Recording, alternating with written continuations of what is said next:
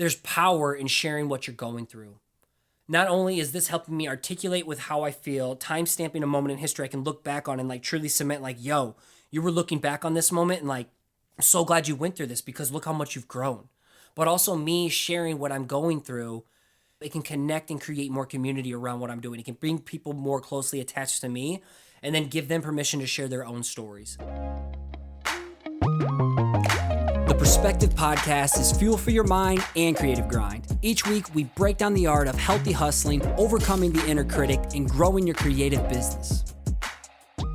What's going on? You're listening to episode 206 of the Perspective Podcast.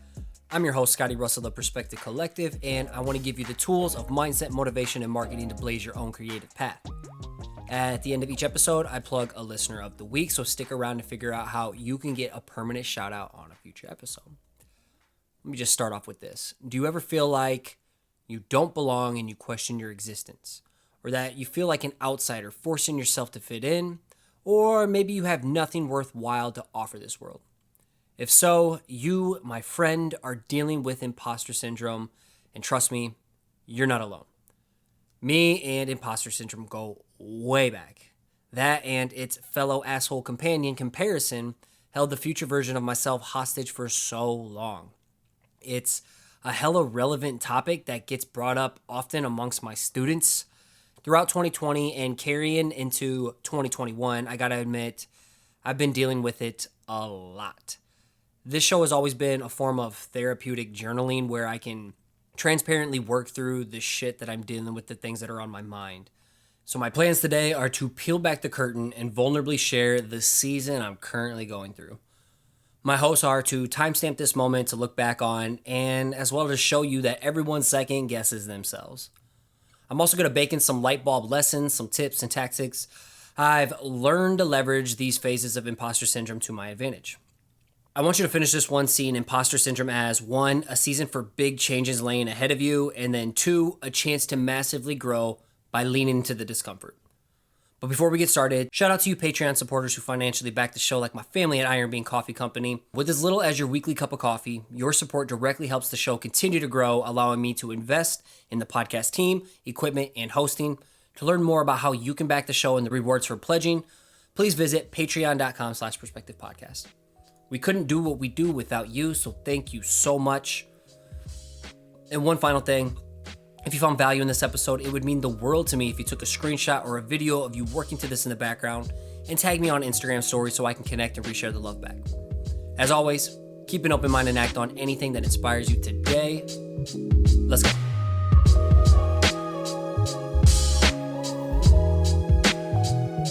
Let me start by attempting to articulate the current season I'm navigating.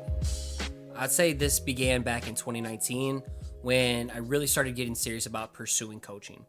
And with that, I gave my 2 breadwinners, freelancing and selling merch. But in between this shift, I've had a hard time committing to the full switch of letting the former identity of Scotty.D.Russell, the letterer, illustrator, designer, take the back seat. Today's version of me, the coach, mindset, and marketing kind of guy, wouldn't exist without this past artsy-fartsy identity. A part of me is still that artsy-fartsy dude. It's just not what I want to be known for anymore during this new chapter. Instead, I'm diving headfirst into being known as a creative side hustle growth coach, creating premium services and resources that people like you, I know they can provide so much value to.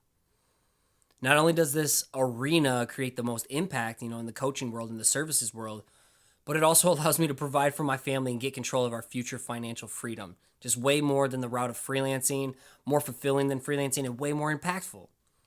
The artsy-fartsy side still has a big role to play, but it's more like the honey these days to get people to my message, or as a means of escape for me to just create for me once in a blue moon. Hence the episode artwork for this one. I had to force myself to carve out time so I could draw something that's been on my mind for a hot minute now. So I would say it's been an uncomfortable, borderline identity crisis behind the scenes since 2019, especially this year in 2021. How quickly do I make this shift, and how does it reflect in my content? It's just been a slow and steady drip in this transformation and this transition. Or I wonder, what the hell is my content strategy, and where does creating art play into the role of being a side hustle growth coach? Is it important? Is it not important? And then finally, I often wonder, How do I clearly position and promote myself in what I do? Is it just for creatives? Even though I know what I teach can expand far beyond just like a visual artist or a content creator? Clearly, if you're like me, you're a brilliant overthinker too, but this is just a fraction of what goes on in my manic mind from time to time. So I knew this previous art design world really well. I'm still in it, but I also don't always feel a part of it. But at the same time, I always felt like I was forcing myself to fit in, trying to be something I'm not, mostly based on comparing others' paths to my own. I always felt I had to be this big time freelancer based on what my peers or my idols were doing. And I felt like I had to go in hard in this world of lettering. That's what I really love. But then I tried forcing it to be something else. All the while, my gut has been trying to carve out a different lane and just guide me to a different direction. I had been wanting to call myself a coach since 2016. Because if you don't know me, I have a background in coaching football, personal training. I was always like a captain on a football team, so always had like some type of leadership role. But imposter syndrome always made me feel like no one would take me seriously. Or worse, judge me and talk shit about me behind their backs. I'm a recovering people pleaser over here. Because of this, I downplayed and internalized it all. I'm like, there's no way I could be called myself a coach. There's absolutely no way. No one would take me serious. And here's a random fact. This is pretty sad. But I gave a big talk at Creative South back in 2016. My first big time talk. And I did not feel like I belonged there. I said yes, threw myself in the fire, and just felt like an imposter the whole time. But on stage, on one of the slides, I labeled myself as a creative coach. However, when I reshared this cool photo of me in front of that slide on this big ass stage, I photoshopped out the creative coach part and didn't publicly own that title until 2019. So 3 years went by. I removed that. I photoshopped this out and put like lettering illustration, just something in there, a different kind of like more broad title, generic, all because of imposter syndrome. And it sounds so fucking silly as I share this now. It's like I was just too scared to step into this role that I knew my gut, my intuition, my heart and soul were trying to like lead me to. I was helping people with things back then too, but unintentionally in the form of a coach. That's just people would tell me like, yo, you're like my coach. I'm like, okay, yeah, I'm a creative coach. And then nope, I didn't want to own it. It scared me. So here we are in 2021, fast forward.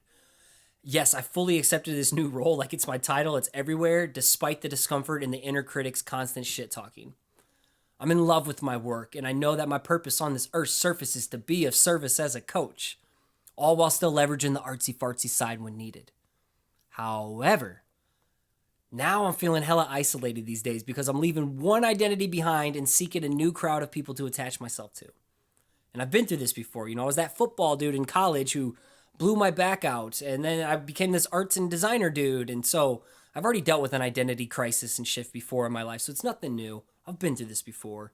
And this new crowd of people I'm seeking to attach myself to, it's not necessarily creatives, but just a community that can relate to my new pursuits and help me out. And I'm not sure who that is quite yet or where they exist. But for more context so you understand what I'm talking about, like my past circles, my communities and accountability groups were heavy lettering, illustration, freelance, licensing focused, selling products and merch. And while I still love these people, they're just still some of my best friends in the industry. These topics aren't aligned in the direction I'm grooving and growing. So why am I going to invest myself if it doesn't align with the bigger picture of where I'm trying to grow and try to explode my business? It'd be different if there were those in our industry doing something very similar to me. But I'm truthfully not aware of anyone, which I guess is a blessing and a curse. I know there's people who do some minor one-on-one coaching.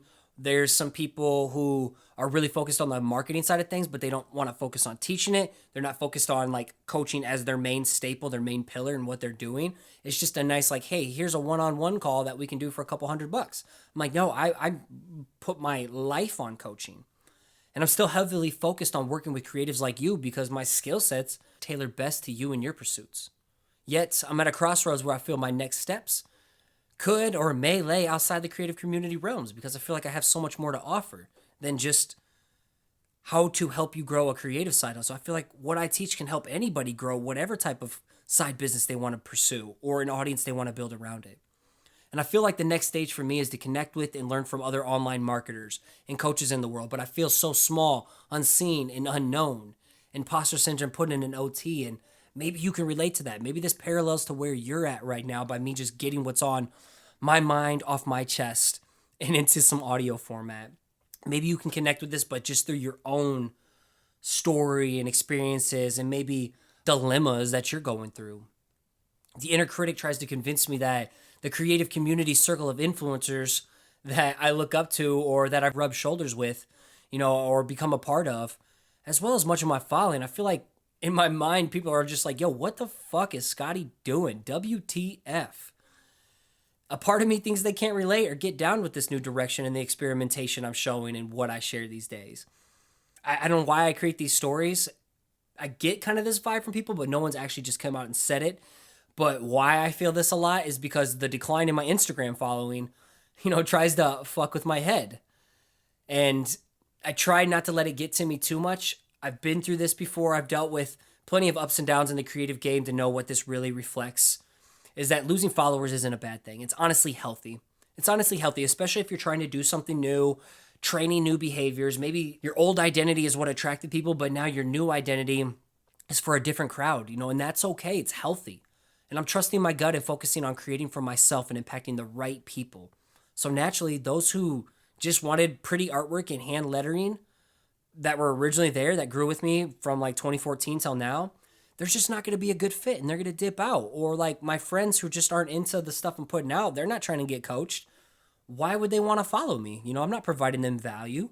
They don't need what I have to offer, so that's okay. I'm not a letterer trying to press other letterers or designer trying to impress other designers. I'm a coach who's trying to really make an impact on the right type of people. And during this season, it's totally creative side hustlers. What the next season is, I'm not really sure. But it's all about stepping into the unknown. So while it's a weird season of transition I'm going through, it's also exciting. Some days I'm hella confident. And then other days I'm like, yo, what the hell am I doing? What am I doing? I look at myself in the mirror. I'm like, bro, how did you get here? What's your next step? Like, how do you really think you can do this right now? And then I step away and then I talk myself back into the game, okay? I get myself off the ledge. And I'm leaning into the fear, diving deep into the unknown, and totally going with my intuition each step I take. Like, it's a day-by-day grind. I love what I do, so that's what keeps me focused. I love having conversations with people like you. I love working with my students. My students have become my best friends. Post-program, I'm still your coach. But after the program, I lean on my students in that alumni group. So shout out to the alumni listening. But I'm continuing to trust the process, which will lead me to the new community of people, the guides, that can help me see my path more clearly. I know it's coming. If I just keep faith that I'm working towards something, that thing is working back toward me. That's just keeping that faith. And while imposter syndrome tells me I don't belong here, my heart, my soul, my gut, and intuition are telling me to keep the faith and go hard in the paint during this exciting, scary chapter.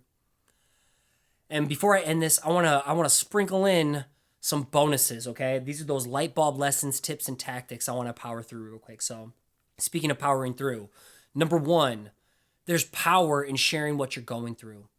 So what I'm doing today, not only is this helping me articulate with how I feel, time stamping a moment in history I can look back on and truly cement yo, you were looking back on this moment and I'm so glad you went through this because look how much you've grown. But also me sharing what I'm going through can lead to, that personal growth, but also it can connect and create more community around what I'm doing. It can bring people more closely attached to me and then give them permission to share their own stories. Give them permission to share a chink in their armor, to be more vulnerable on how they show their true selves to the world. Instead of living a fake identity online and in person, being two separate people. No, fuck that. Number two, living a passive life doesn't help anyone. Feeding into imposter syndrome is robbing you of your future growth, your future potential. Not only that, it's robbing others of the impact you could be making when you have something to share. So living in fear and passively existing, that shit ain't doing nothing but putting you on your deathbed full of regret. Straight up. You don't want to be pushing daisies wondering damn, why didn't I shoot my shot? All right? Number three, if you feel like an imposter, keep going. This is something I've really had to embrace, and I've learned this to be true, but every time you're going through a little funk or a season when you feel imposter syndrome really, really hitting you hard, to me, that means you're on the verge of tapping into the next version of yourself. Lean into that shit. Lean into it and embrace the discomfort. All right. Just know like growth is coming your way. That's a big one. That's probably the most important takeaway in this whole entire episode. So number 4, you're supposed to be here. Don't let someone or something steal your power. Again, brace where you're at, but stay hungry with where you want to be. Don't let anybody try to tell you differently that you're not capable of doing something. Literally, I have on my wrist tatted, "You belong here and you got this." 2 little affirmations that keep me going every day, no matter who thinks it's cheesy. This is for me. So it keeps me embracing where I'm at, proud of my accomplishments, proud of how far I've came. But yes, it keeps me hungry, motivated, and hella gritty and perseverance to just keep pushing it, keep getting up to the plate, and keep swinging each day. Number 5, the final one, surround yourself with a support system community. And while I may lack this truly aligned community around me that understands where I'm at, where I'm going, no matter if they focus on creatives or whatever realms they're in, that's okay. Maybe the people around me don't truly understand my situation, but I still have wifey, I still have my own coach, and I have all my alumni coaching students that'll listen when I need to vent what's on my mind, and they'll do their best, whether it's just to listen or do their best to provide me some support or good ideas to move forward with. So I always have some type of support circle around me, always. You can't be you can, but it's a lot harder. The lone wolf thrives and survives in a pack. So yes, maybe you want to take it isolated, be it isolated on an island, but for me, that just doesn't work. And for a lot of my students that I have conversation with, isolation is detrimental. It's destructive more than productive. So, final closing words, keep going. Overthinking can be a huge mother effer, right? Like, I can't be alone with this one, especially when you're comparing your path to someone else's. So just know everyone is dealing with something, whether they share it or not. No one has it all figured out. I definitely don't. Feeling like an imposter is a necessary part of the non-linear, chaotic process that is building your creative business and just finding your creative groove and pursuing something that's so important to you outside of the traditional path of the day job, the traditional 9-to-5, retire in your 60s, family, mortgage, yada, yada, yada, yada, yada. Carve your own path, all right? And remember, when you feel like an imposter, keep going.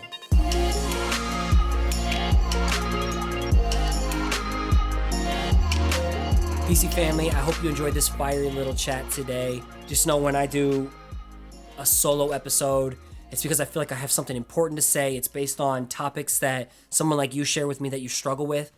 And I love my interview talks. Don't get me wrong, I love the interviews, but sometimes I just need to give myself a reason to get something off my chest that's been weighing on my heart, as well as give myself some time to draw something dope to accompany a powerful message that I hope I'm dropping on you. So you can find the full episode in the form of a blog post, as well as containing any links or references in the show notes within your current podcast listening app or prospective podcast. This is episode 206. And if you have found any value in this show and it's helped you along your creative grind, could you do me a solid and just take a couple minutes and leave a rating, and most importantly, the review part over on Apple Podcasts, iTunes, or wherever you're listening if they allow you to leave a review. Not only does it help the show climb the charts in the arts design category, but it staples you in as a future listener of the week. And today's listener of the week is titled Stellar Podcast for Creatives, and this comes from APS 10899 from the US. They state, been looking for a podcast for my creative grind for a while now, and I finally landed on this one. Definitely food for my mind and creative side hustle. Scotty offers highly inspirational and valuable information. Looking forward to more. Hell yeah, short, sweet, to the point, and I appreciate it more than you know. That probably took you like 2 minutes. So thank you. It means the world to me. And now you're a permanent member of the podcast family. So as I sign off, I want to give a huge shout out to my podcast editor, Anya Brennan, executive assistant, Paige Garland, video specialist, Colton Bacher, Hannah Schick for the social media coordination that she's been doing, and Nick Jenkins of Bluka for all the dope theme music you hear on the show.